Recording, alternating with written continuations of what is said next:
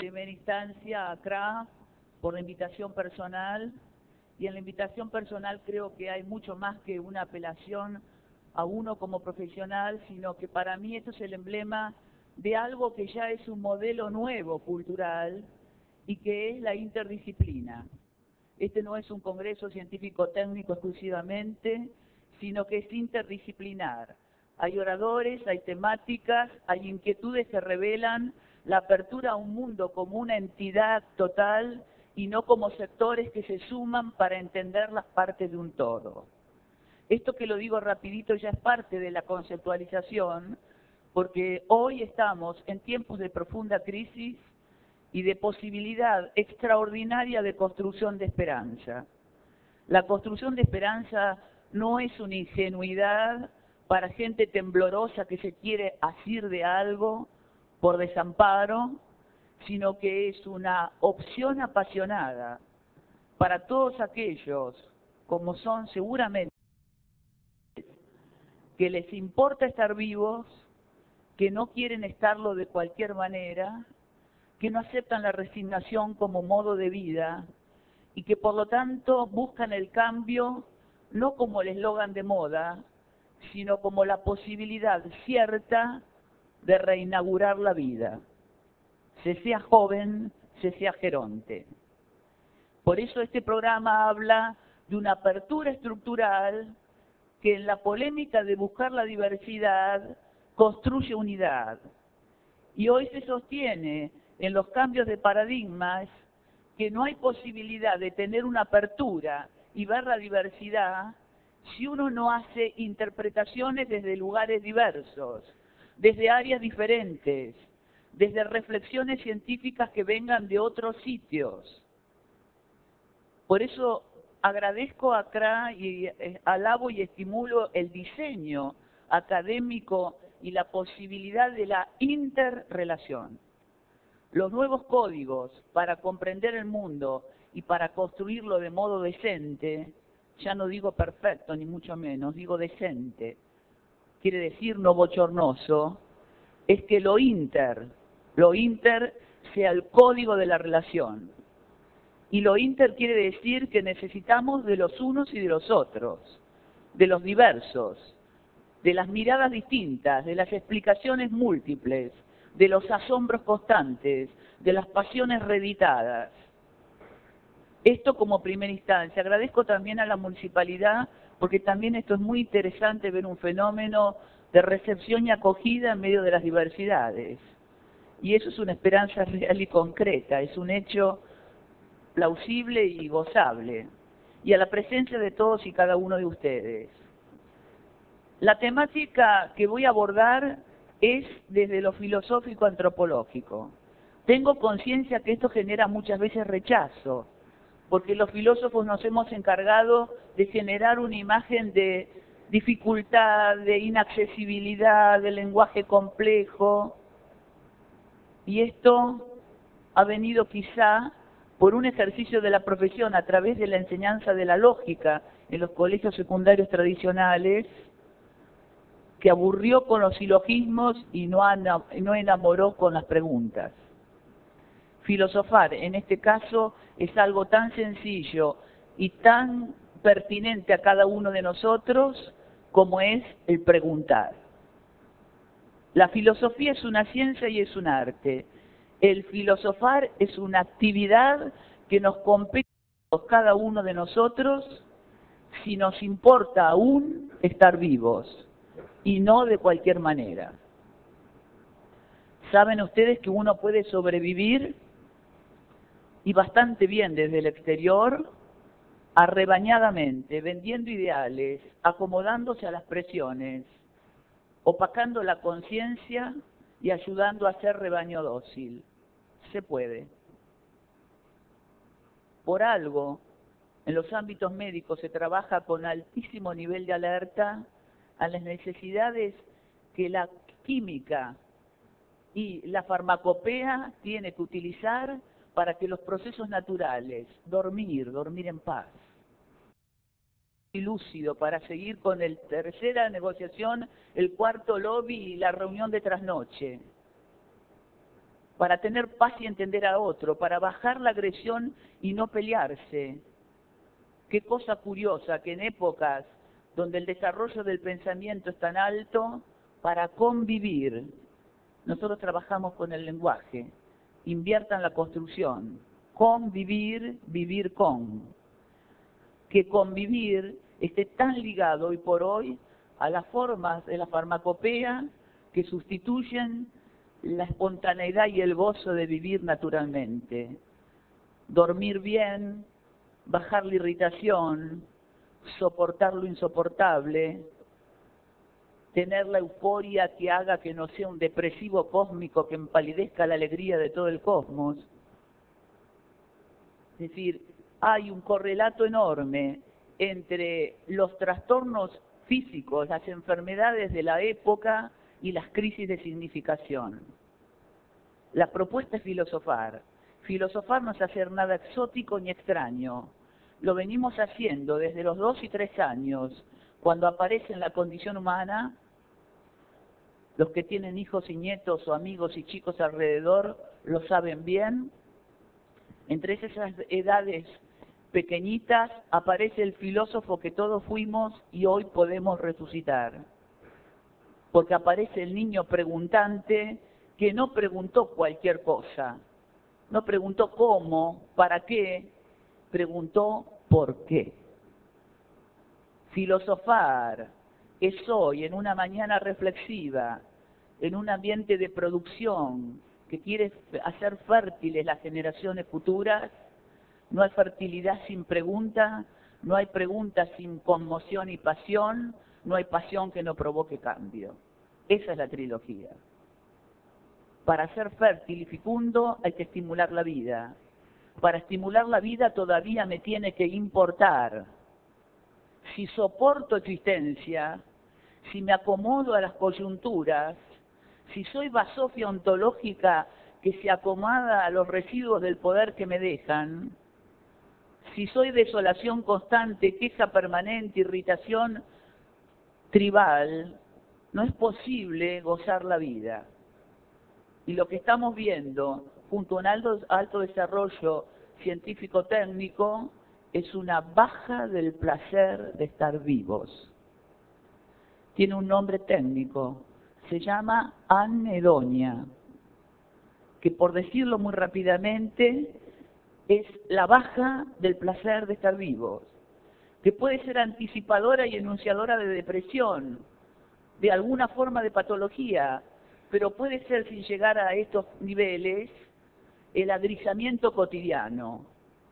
Cuando al fin de la tarde, en el ocaso fantástico del atardecer de ustedes, que tienen el placer de verlo así con tanta naturalidad y tanta obviedad, uno se pregunta por qué, para qué y después qué.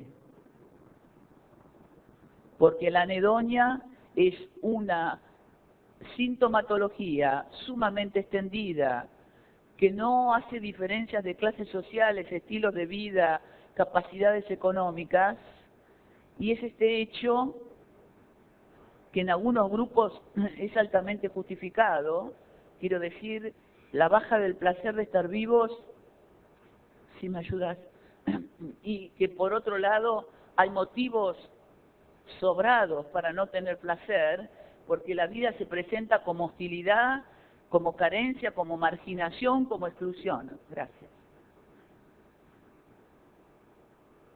Entonces ahí estar anedónico tiene una cadena causal que uno dice, pero ¿cómo va a ser de otro modo? Pero lo curioso y no curioso es que tenemos muchísimos niveles de anedonia en gente que tiene trabajo, que teóricamente le va bien, que es valorada y admirada y hasta envidiada desde el afuera, y que sin embargo no se siente feliz. Y que sin embargo la vida le pesa. Y cuando la vida pesa, uno soporta vida. Volvamos al lenguaje maravilloso. Soportar es portar sobre. Como carga, como peso, como jiba, como mochila, dijeran los jóvenes. Por lo tanto, se termina exhausto al fin de la jornada. Y quisiera que cada uno medite en su nivel de anedonia, Porque una cosa es terminar cansado por un trabajo intenso, complejo, problemático, coyunturalmente difícil de resolver, pero habiendo sentido realización. Hay un delicioso trabajo, hay un delicioso cansancio que habla de la tarea intensa con sentido. La filosofía nos dice que lo que remonta el cansancio, la fatiga, la irritación, es que la cosa valga la pena. Inviertan, la pena vale. ¿Qué cosas, qué tareas? Uno dice lo haría 1 y 1000 veces, porque la pena vale, tiene sentido, crea mundo, crea comunidad. Mi tema específico es qué actitudes hay que desarrollar para que haya construcción comunitaria y construcción de institución.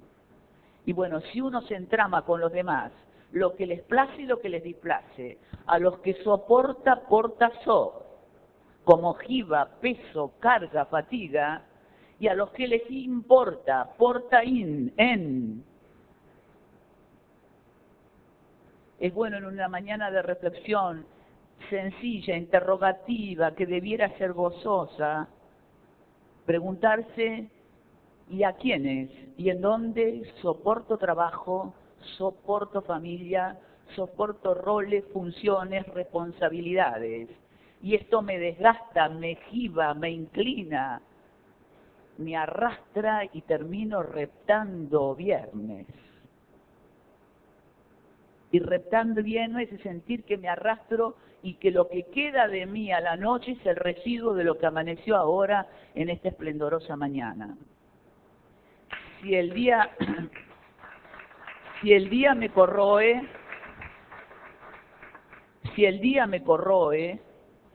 yo no existí, pasé por el viernes.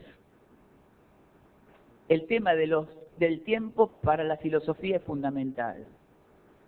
La cuestión es vivir o durar, pasar por el tiempo o instalarme en el tiempo, soportar familia, rol, género, política, comunidad, poder o importarme ser y por lo tanto estar desde un lugar nuevo, innovador, en un lugar que implica movimiento del sujeto para no ver lo mismo desde las casillas, desde la lateralidad, desde el sesgo, desde el sector monovalente.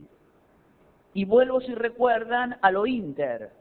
Lo inter es cuando no me quedo fijo, establecido con mis criterios, con mi modo de ver, con mi interpretación, y pregunto, quiero decir filósofo, y pregunto, no de para qué sirve, me pregunto ¿y por qué? ¿Y por qué?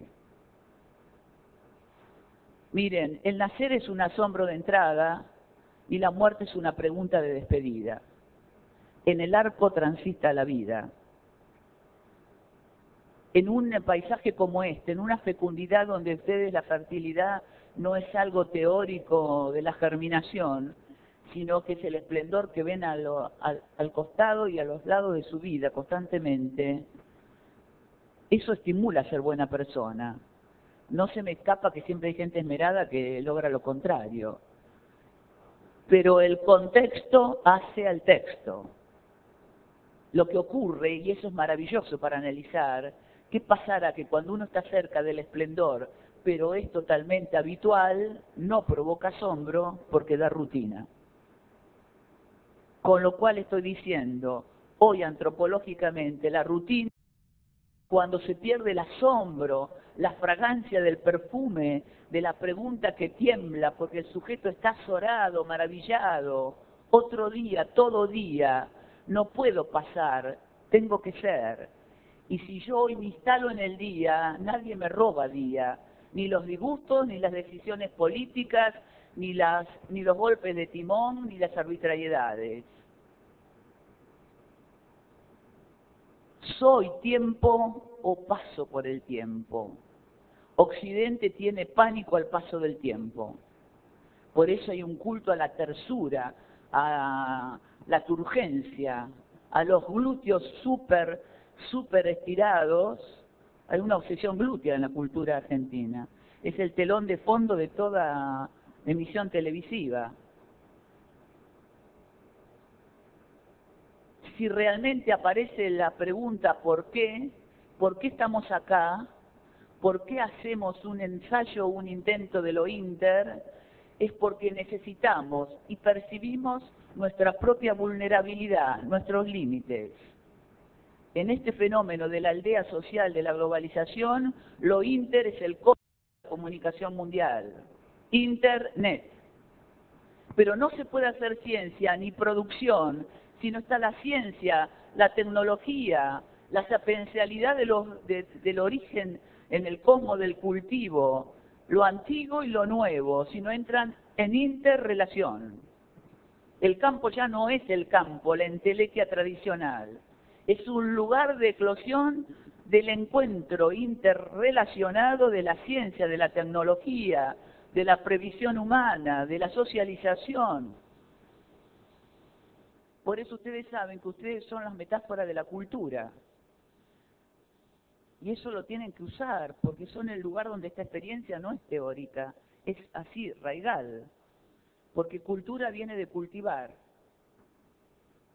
En realidad lo que vemos hoy a nivel mundial es que hay mucha gente erudita que tiene posgrados y titulación académica altamente necia y bruta. Y hay otros, enorme cantidad, que ustedes tendrán el placer de conocer, de analfabetos o semialfabetos, de un refinamiento y una sabiduría exquisita. Por eso a esto se llama tiempo de paradojas. Ni todo lo académico garantiza, ni el no acceder a la academia inhabilita. Pobre del cientista que no escucha al sabio del lugar. Sabiduría viene de sapere, un verbo latino que quiere decir saborear. No es acumular datos para humillar al otro. No es hacer gala de luces ficticias de la razón, siendo persona que solo accede al poder para manipular. No es discurso bello y vida opaca.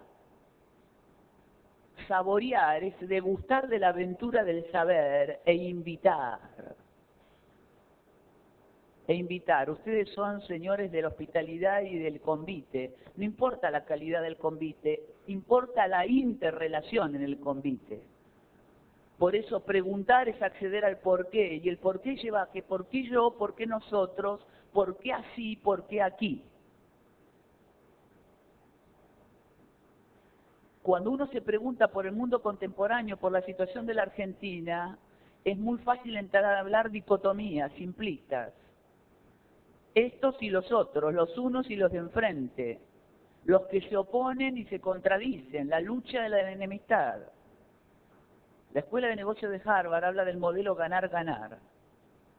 Habla de un modelo de interrelación, donde no es el uno y el otro, sino es la búsqueda del nosotros. Claro que es muy difícil, se dice fácil desde el discurso y lleva mucho tiempo de la construcción, pero el objetivo de este encuentro es esto: generar fertilidad, no solamente de producción objetiva, en el sentido físico, laboral, sino la fecundidad del que tiene conciencia de sus límites, pregunta, se completa, se complementa, y entonces entiende y juzga menos, abarca y logra unidad, y no solo denosta, critica y humilla, y separa y profundiza el resentimiento, el odio y el rencor. Uno tiene que elegir cada día, no es algo teórico. El viernes tiene que decidir cómo va a ser el viernes, no que va solo a qué hacer el viernes. Una de las paradojas de la anedonia es que uno hace aceleración y acumulación del tiempo para quedar libre en el tiempo dedicado a lo que a mí me gusta. Por lo tanto, la semana es una cabalgata veloz para liberar el fin de semana, que se supone teóricamente que ahí hacemos lo que queremos. En la cabalgata feroz concentro las tareas, no vivo el instante, estoy apurando días y tareas, por lo tanto paso por las instancias sin instalarme y gozarlas. Cuando las vivo, las paso, las galopo, y cuando llega el fin de semana, el mito del tiempo libre, el síndrome del atardecer del domingo a la tarde es: ¿era para esto? se apura el tiempo para dejar tiempo libre y el tiempo libre resulta vacío de tiempo. La anedonia tiene también otro rasgo sumamente interesante, que es lo que se llama el sufrimiento a priorístico. Comienzo el lunes, miro la agenda, diseño la semana, el mes, lo que fuera, y me canso antes de vivirlo. Sufrimiento priorístico es cuando ya imaginarme todo lo que tengo que hacer da agobio previo antes de hacerlo. Por lo tanto, vuelvo a la metáfora de soportar. Si soportamos Estado nacional, si soportamos estructuras políticas, si soportamos rol, función, género, vida, familia, hijos, es imposible ser feliz y gozar de la vida. La filosofía propone como actitud básica para construir comunidad e instituciones el tránsito, el paso de soportar a importar. Si algo me importa, lo tengo en el centro del corazón. Si uno hace el tránsito del odio y del enfrentamiento al intento de comprender, no solamente se baja la agresividad propia y ajena, sino que se empieza a interrelacionarse, no desde el rechazo, sino como el modelo ganar-ganar explicita, si cada uno se mueve y replantea sus exigencias. La condición previa es no se empaque usted en lo que exige, no sea taxativo y fixista, no sea absolutista, solo esto, todo esto y nada más que esto. Pero para que usted no sea fixista y no se sienta perdedor, los dos sujetos en relación, los dos sujetos en oposición y en conflicto, tienen que ambos moverse, quiere decir correrse del lugar y reponer exigencias, y poner puentes inter de accesibilidad, de proximidad, de encuentro. Por lo tanto, si los dos nos movemos, nadie queda simétrico. No es uno que afloja, uno que cede y el otro que resiste y se planta. Son dos que, reviendo el alto costo de perder ambos, la herida social, la herencia de estos jóvenes, de historias cegadas, de resentimientos, de imposibilidad de entenderse, o de dónde viene el escepticismo, o de dónde viene el que el joven quiera ya todo. Viene de este modelo que estamos intentando superar, que les da una lectura del pasado confusa, incierta, problemática, no resuelta, y les da del futuro altas incertidumbres, de poder trabajar, de poder estudiar y de poder ser feliz. Escuchen, generaciones que vienen de una experiencia del pasado, de alta inseguridad, porque es un tembladerar sin resolver, y de un futuro con alta incertidumbre, la lógica del proceso racional es que se tomen con uñas y dientes de la única dimensión real y posible que es el hoy. Y el hoy es largo, el ahora es largo, el ya. Nosotros culturalmente hemos generado generaciones jazzísticas, que ya ahora todo, el sexo, el coche, no pueden esperar como su abuelo, ni conseguirlo con disciplina, con trabajo, con esfuerzo, porque nosotros le hemos roto la esperanza de ese proceso de ir consiguiendo con gratificación y logro.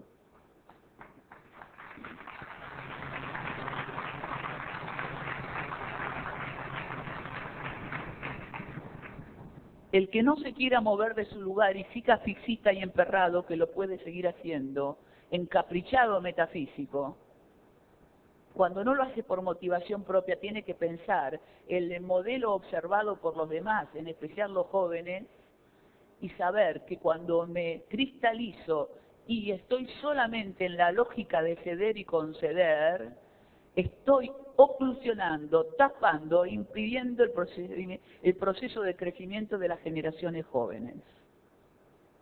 El escepticismo, la falta de participación son consecuencias directas.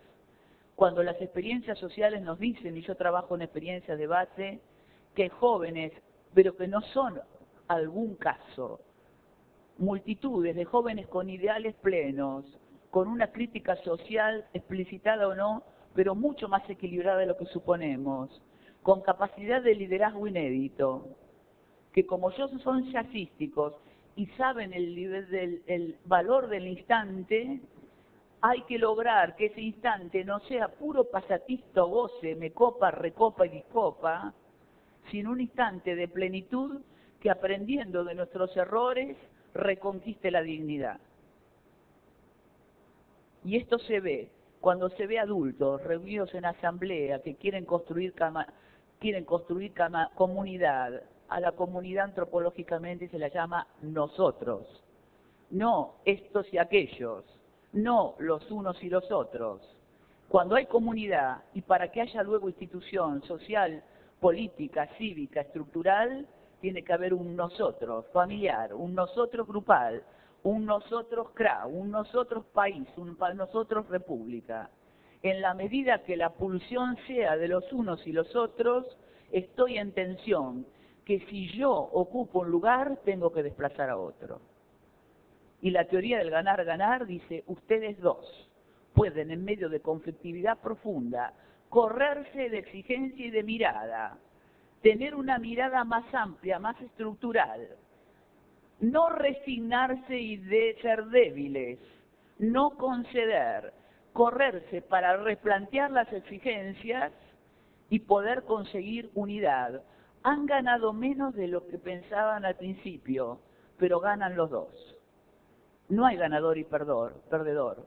Hay dos que se desplazaron, ampliaron la mira, replantearon las exigencias y ahora puede haber diálogo.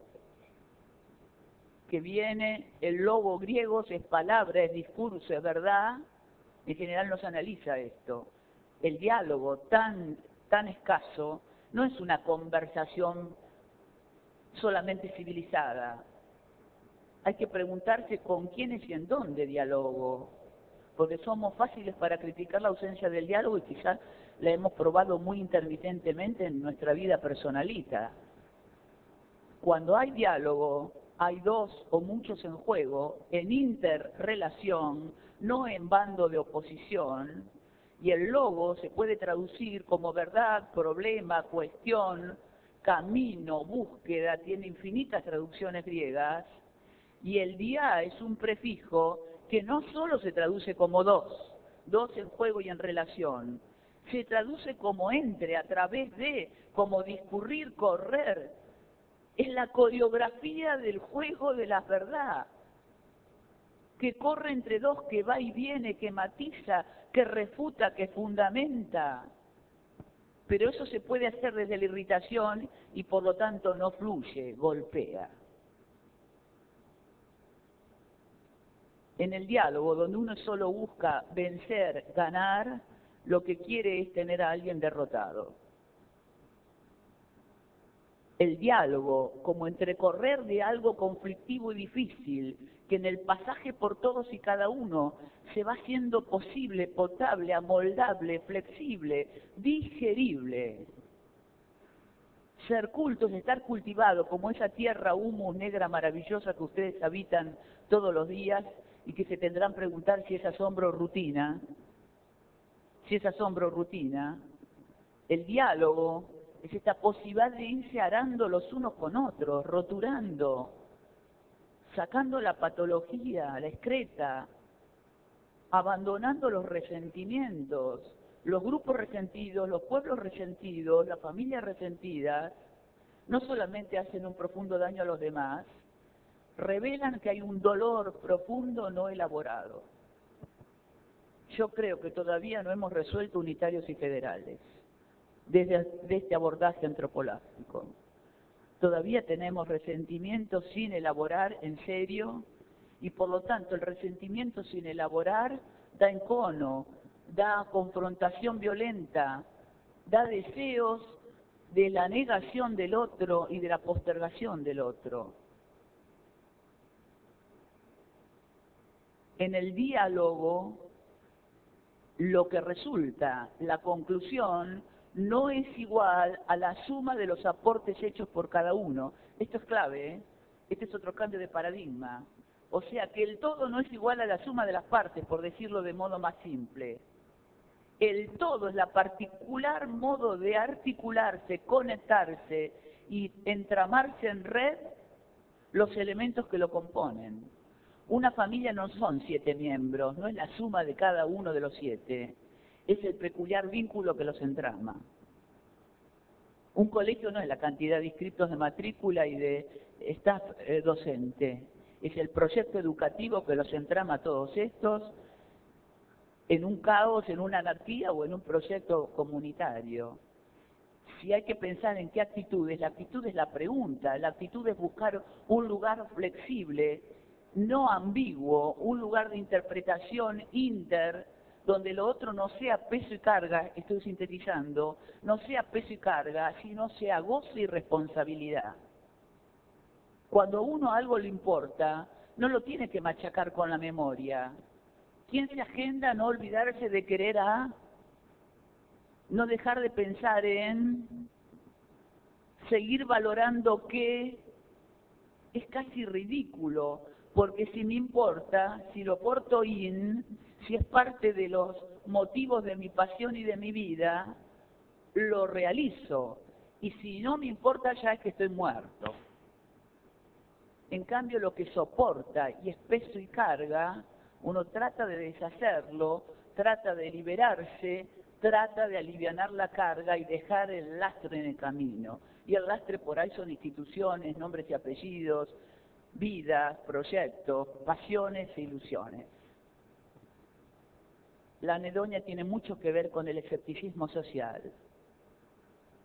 Porque cuando la comunidad es común unidad, no quiere decir masificación homogénea, quiere decir diversidad en la unidad.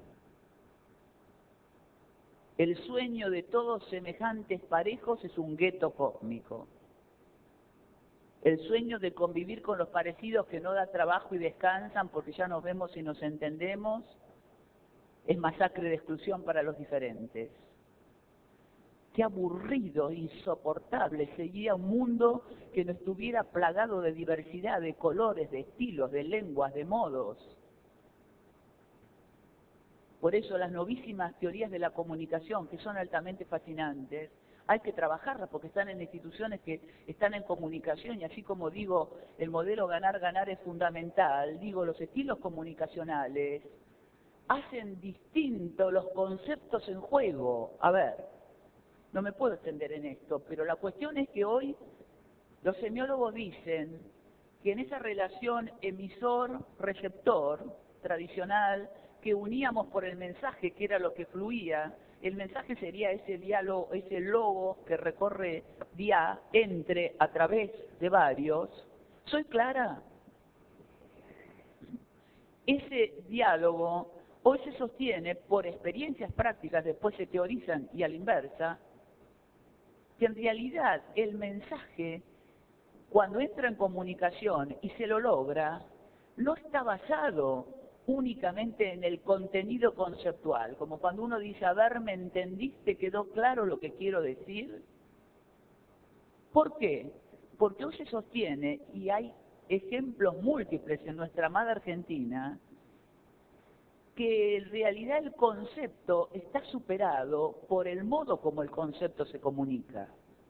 Y lo que queda en el receptor y lo que queda como resumen del diálogo no es el contenido intelectual, sino es el estilo comunicacional.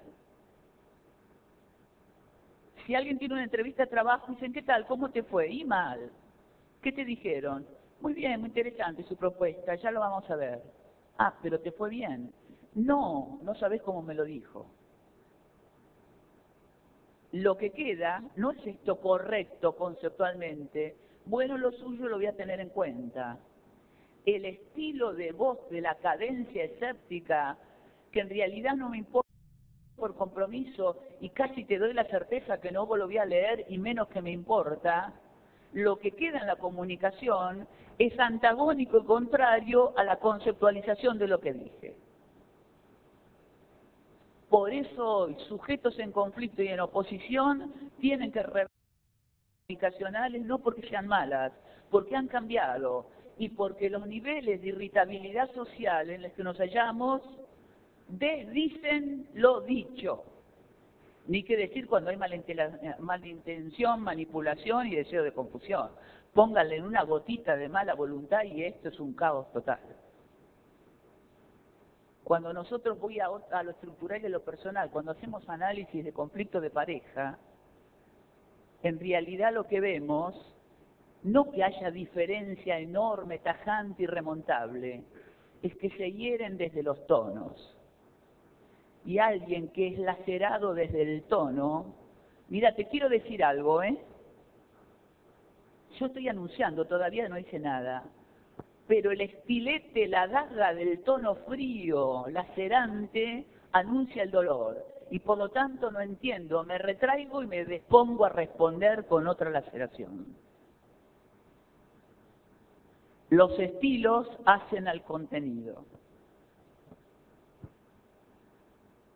Por eso hoy en educación, en realidad, los jóvenes y los niños son lugar de ayuda infinita para nosotros, porque todavía preservan la autenticidad y el perfume de autenticidad y el sonido de la autenticidad del tono de la voz.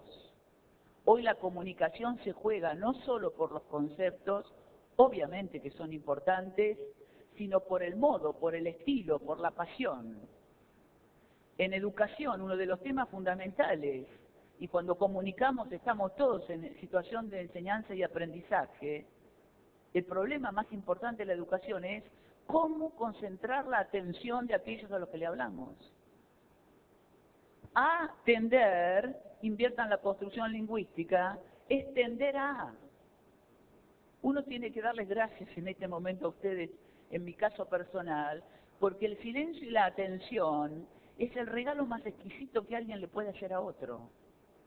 Porque cuando tiendo a, por un minuto, por un instante, me pongo entre paréntesis, dejo de ser ego, yoica, primera, ocupada en mi mismidad y hago espacio, hago lugar para que otro entre, para que otra palabra llegue, para repensar algo que se está diciendo, haciendo, sintiendo.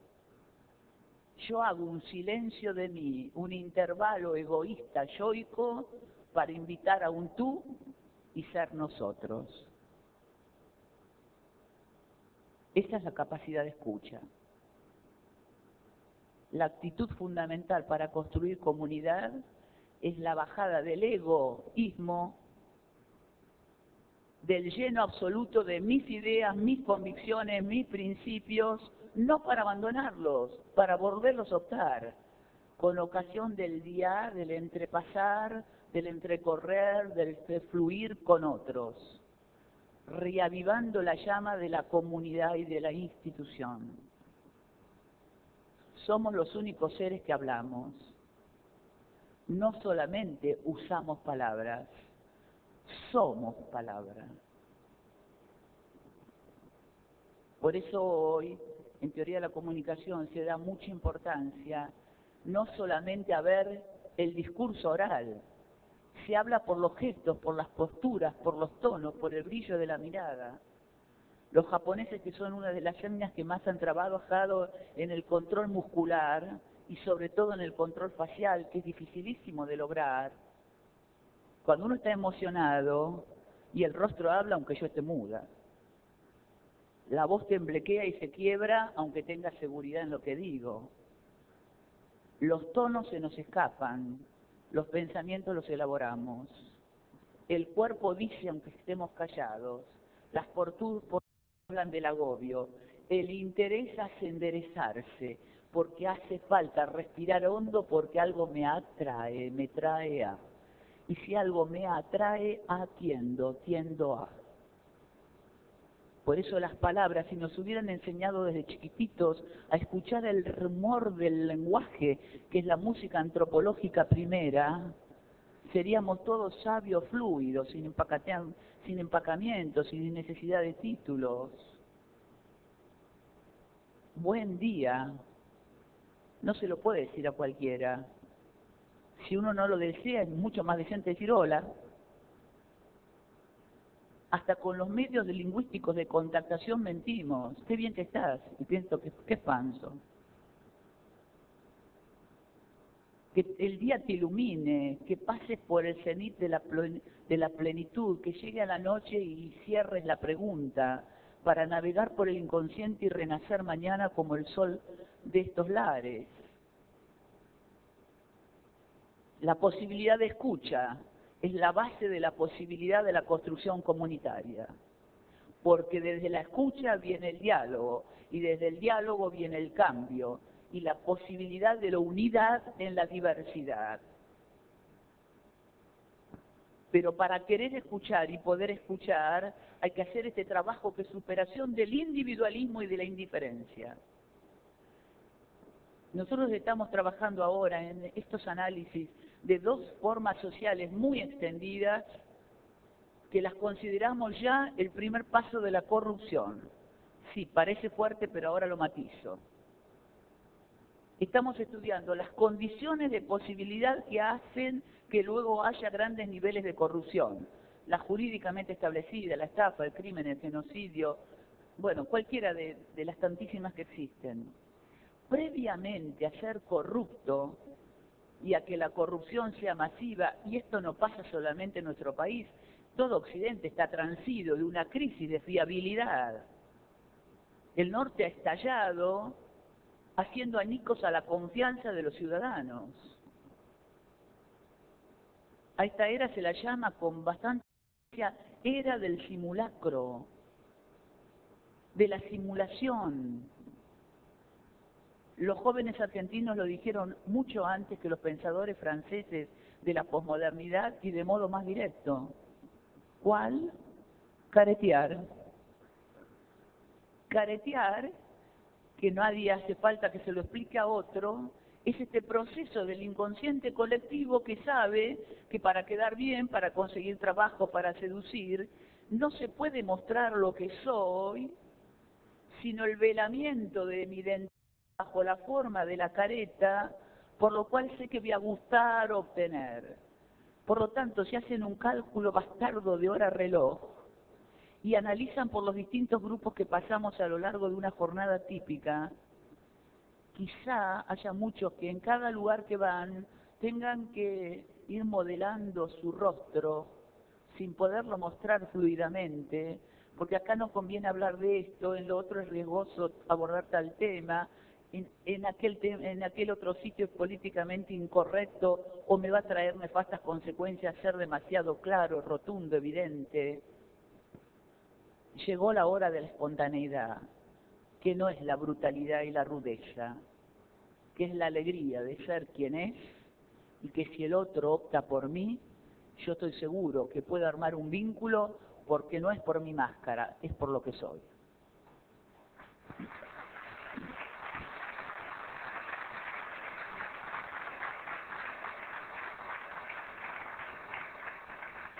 La primera actitud sustantiva actitud personal para poder construir comunidad, familia, Estado, república, nación, aldea global, es decidirse a ser uno. Ustedes saben que nosotros decimos que es un lujo morirnos, que es un lujo morirse, porque puede acontecer, y muy masivamente, que se muera el sujeto que usó todas las máscaras necesarias para vivir, crecer, madurar, criar hijos, familia, deambular por el mundo y las actividades. Baudrillard dice, anímese a tener un buen velorio. Y uno dice, ¿cómo? ¿Que con una empresa elegante de responso? No, dice algo interesante. Yo no soy baudrilliana, pero en esto me parece interesante el ejemplo. Mire, que como usted haya sido y tenga una densidad propia y una identidad reconocible, y no es el conjunto de los máscaras que usó y se disfrazó para quedar bien, para conseguir poder, para gustar a todo el mundo y para quedarse solísimo. La anedonia viene por ahí. La suma de las máscaras me da soledad. La suma de las máscaras me da angustia, porque finalmente no sé cuál soy. Y hay máscaras tan enquistadas con la propia piel que hasta cuesta saber si soy o parezco. Y si lo que parezco soy, o estoy tratando de parecer lo que quisiera ser. Entonces Baudrillard dice, si usted existió, si tuvo una vida no maravillosa y perfecta, eso nadie. Si tuvo una vida de significación, que valió la pena vale, hay alguien que se fue, hay un sujeto con una dignidad y una especificidad que hoy no está. Entonces venimos a celebrar su ida, no porque partió, sino porque fue tan denso que quedó. Y tan se murió como quedó.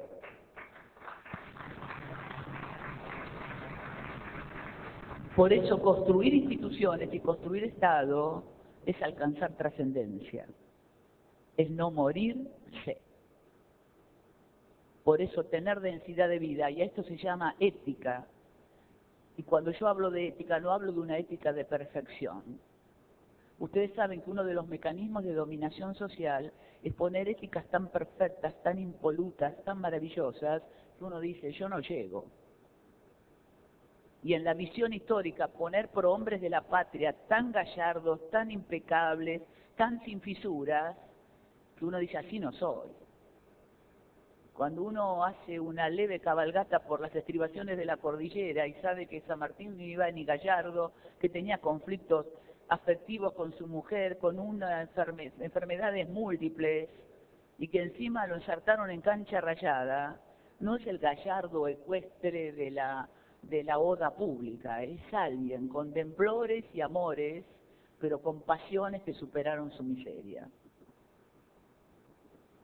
De ahí colijo, para las actitudes personales, para poder construir comunidad y nosotros, no un rejuntado de otros para que haya paz.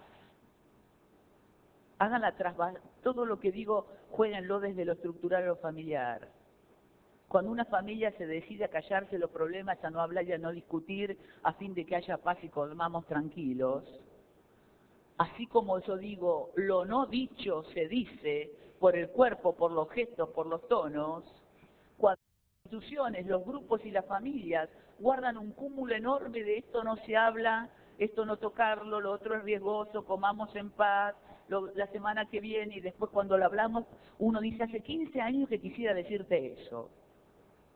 Si el tiempo de la concentración del rencor da aluvión patológico, el día que hablo extermino. Es un tsunami vincular. Por eso no se puede postergar el diálogo. Se dice, como en la física, que a mayor presión de lo guardado, de lo reprimido, de lo no dicho, le corresponde una implosión hacia adentro que antes o después termina en explosión hacia afuera. Y lo que explota salpica y daña. Por eso los tonos, los gestos avisan de los contenidos y avisan de las intenciones. Hoy, para hacer daño ético no hace falta hacer grandes barbaridades. Con ser displicente, indiferente, soberbio, devaluador de los demás, ya basta. Es un arrasamiento cultural. Y esto se puede hacer con modos elegantes, impecable verba y tono soberbio. Si yo digo, mira qué bien, ustedes lo que han logrado, qué interesante, ¿no? Hay una sorna en la tonalidad que no halaga por el logro. En realidad lo aguijonea de devaluación. Y encima lo que tiene la tonalidad displicente es que uno no puede pelear porque el contenido es impecable. Por eso es altamente dominador y altamente irritativo. La condición básica para construir ciudadanía e instituciones es si yo quiero ser con o si yo quiero tan solo entramarme en algún círculo personal, social, porque no puedo vivir solo. La tesis filosófica es, yo necesito a otros, no solamente porque solo no me autoabastezco, yo necesito a otros para saber quién soy. Porque con cada uno de los que me encuentro, aparece una faceta de mí que yo provoco, que solamente esta carita, esta mirada, esta respuesta, esta crítica, este abrazo me pueden devolver. Y este principio lleva a otro muy importante para reflexionar en una mañana que te debiera ser gozosa, porque la primera cosa del paradigma que hay que modificar es que el pensamiento no es carga, solemnidad, complejidad, es gozo, es fiesta y celebración, es saboreo, es convite, es degustación. Por eso fracasamos en la escuela cuando enseñamos métodos para repetir y memorizar. Pero cuando uno apasiona a otro con una punta de investigación, solo va a seguir buscando, es autónomo, es creativo. Y tenga dinero o no lo tenga, y tenga docentes o no, buscará y se preguntará. Y cuando busca y se pregunta, superó el estado biológico y se convirtió en humano, en culto, en cultivable, en arable. Y la tierra que se cultiva mejor, los que saben, ustedes dicen que es el humus. Y el humus se vincula con el homo, hombre.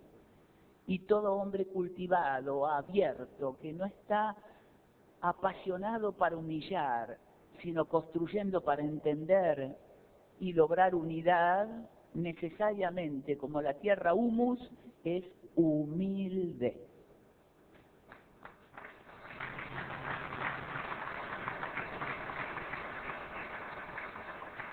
La humildad se verifica en el estilo comunicacional. La humildad es un tono en donde uno tiene conciencia que no sabe y está intentando aprender con ustedes.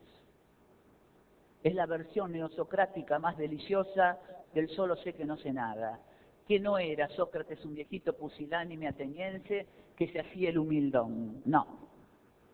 Sabía que sabía, pero en función de la pasión interrogante, de la pulsión de construcción, esto era una nada que le servía de base de lanzamiento, nada sustantiva, nada como la del muerto de Baudrillard, una nada de tal peso que como celebramos su vida, queda su ausencia. Y su ausencia no es vacío y hueco, sino es trascendencia, huella y camino.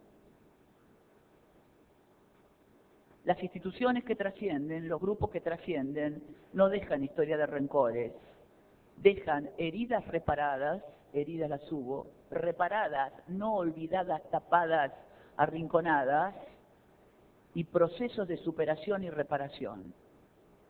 Y procesos de superación y reparación. Hay que heredar los procesos de reparación y superación y no los rencores ontológicos conservados en la caja de la necedad, para que en lugar de ser la caja de Pandora que finalmente aflora la esperanza, sea la necrosis de todos los recuerdos, de las familias, de las postas de la vida, de la resignación, en el fondo de la cobardía de ser.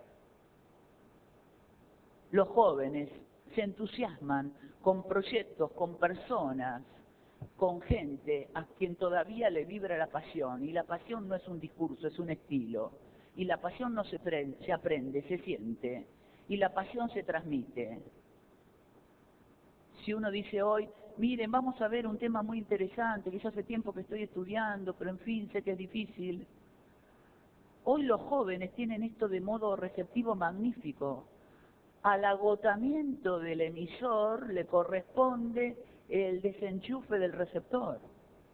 Si alguien ya está aburrido, cansado, y ni él mismo ha recuperado la pasión de la propuesta, lo más sano que puede hacer el que escucha es la desconexión. Se está descontaminando. Bastante necrosis hay ahora con que yo cargue con tu fatiga y con tu desgano, falta de ganas. Hay que preguntarse si la capacidad de escucha, si el entusiasmo por ser y no solamente pasar, si esta conciencia del privilegio, quiero decir con todo énfasis, nadie tiene mérito ni culpa acerca de la originación que hace que yo sea quien soy.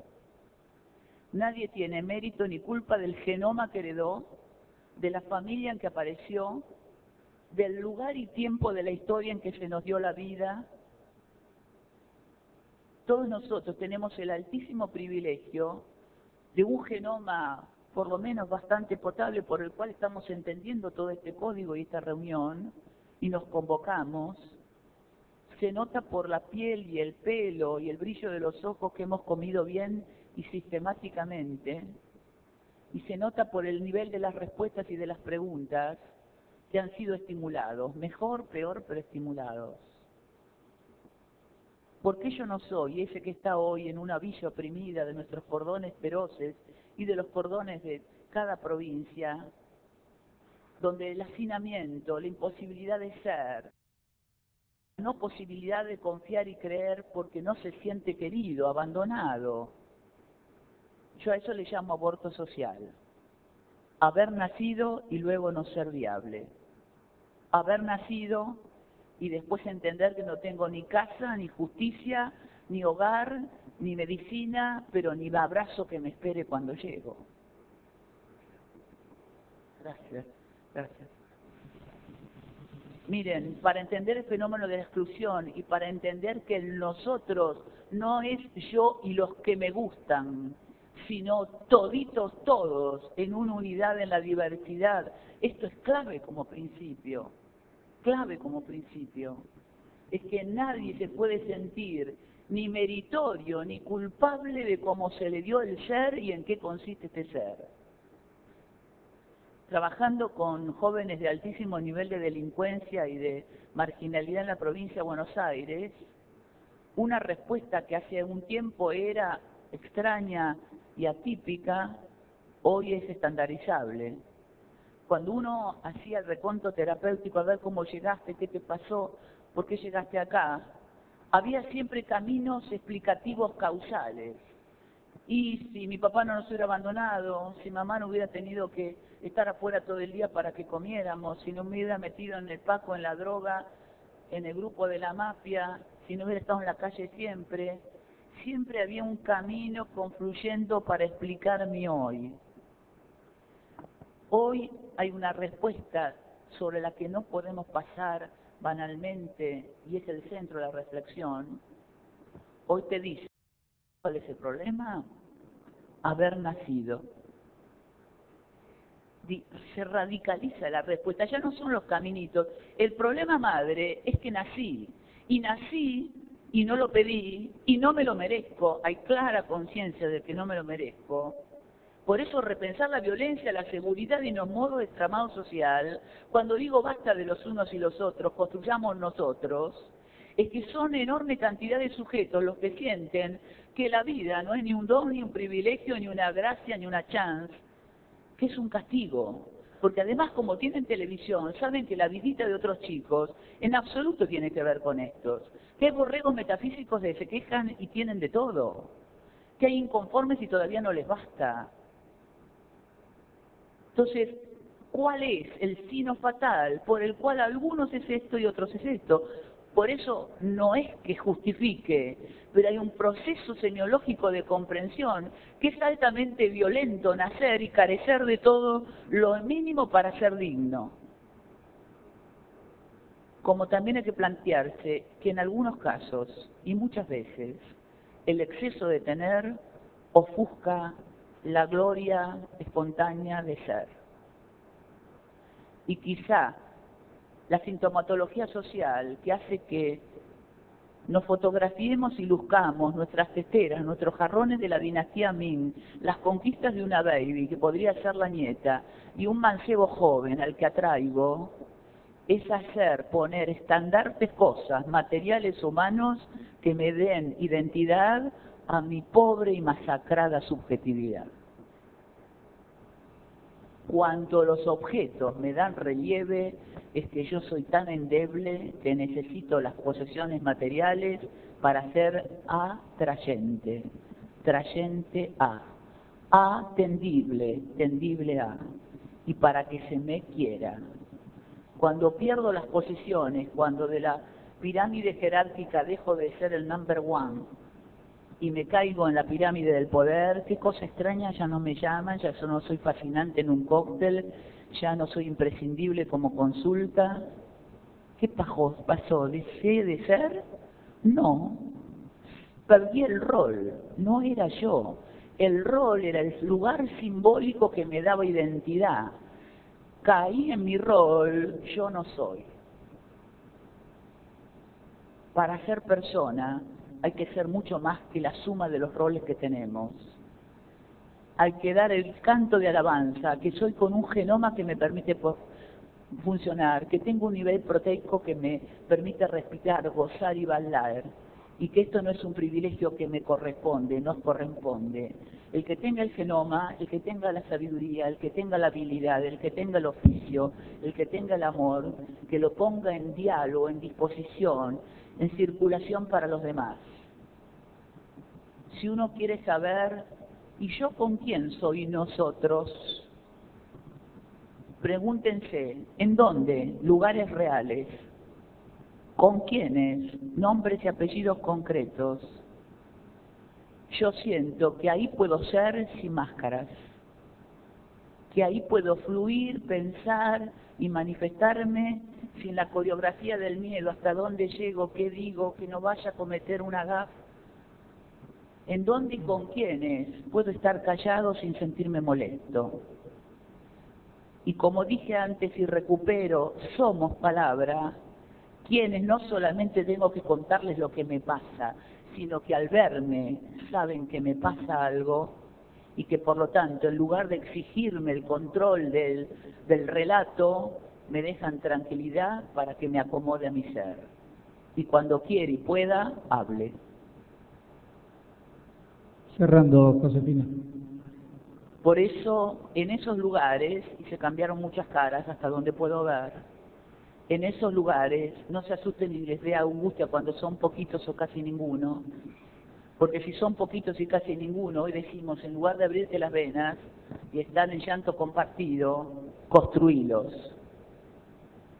El que esté muy solo o crea que no tiene un nosotros, ni apenitas un tú, que se lo provee a otro y le empieza a llegar.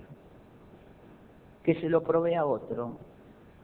Porque la pregunta no es solamente en dónde a mí me acontece eso, sino a quién se los proveo yo. ¿Quién dirá mi nombre cuando le pregunten quién te deja ser? ¿Ante cuáles podés disentir y no tenés que después correr las consecuencias feroz de tu disentimiento? ¿Con quiénes podés armar una cripi que no te castigan? ¿Con quiénes no estás en la relación ceder-conceder, sino en la ganar-ganar? Digo de paso por honra pública que ese modelo no es autóctono de nuestras universidades modernas, viene del gran maestro presocrático filósofo Heráclito.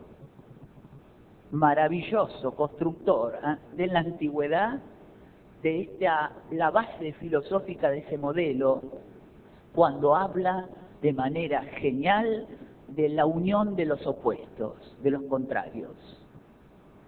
Y lo digo y lo termino para cerrar. El maestro Heráclito decía, es lo mismo el frío y el calor, el verano y el invierno, lo blanco y lo negro. Y pensaban los colegas, está delirando, si eso es lo opuesto. De paso para pensar las oposiciones, ¿no?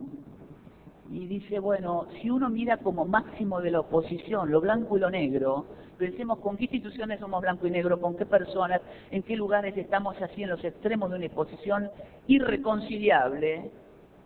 Él dice, si nos pudiéramos mover de lugar, si saliéramos de la proximidad que me da falta de perspectiva, me avalancha y me obsesiona, y analizamos y pensamos, nos damos cuenta que blanco y negro, extremos de la oposición, tienen una misma madre originante, la luz.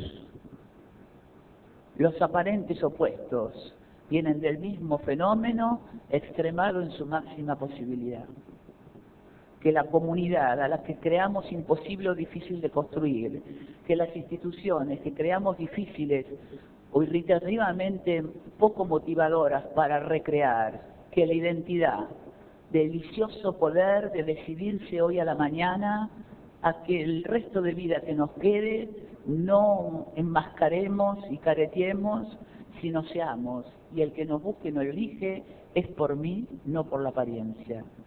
Que la luz, como la forma de la conciliación de los opuestos, sea la guía del pensar, el entusiasmo del Congreso, porque un Congreso y su evaluación final, más allá de las ponencias, y a pesar y por las ponencias, es el fenómeno que pasa en cada uno del interior del corazón de cada uno de nosotros, y la evaluación, que no se puede poner quizá en ningún papel, hasta qué punto estoy motivado, movido, invitado, conmovido para cambiar, no esperando que otro cambie, iniciando yo el motivo del encuentro de la luz en la reconciliación de los contrarios. Gracias.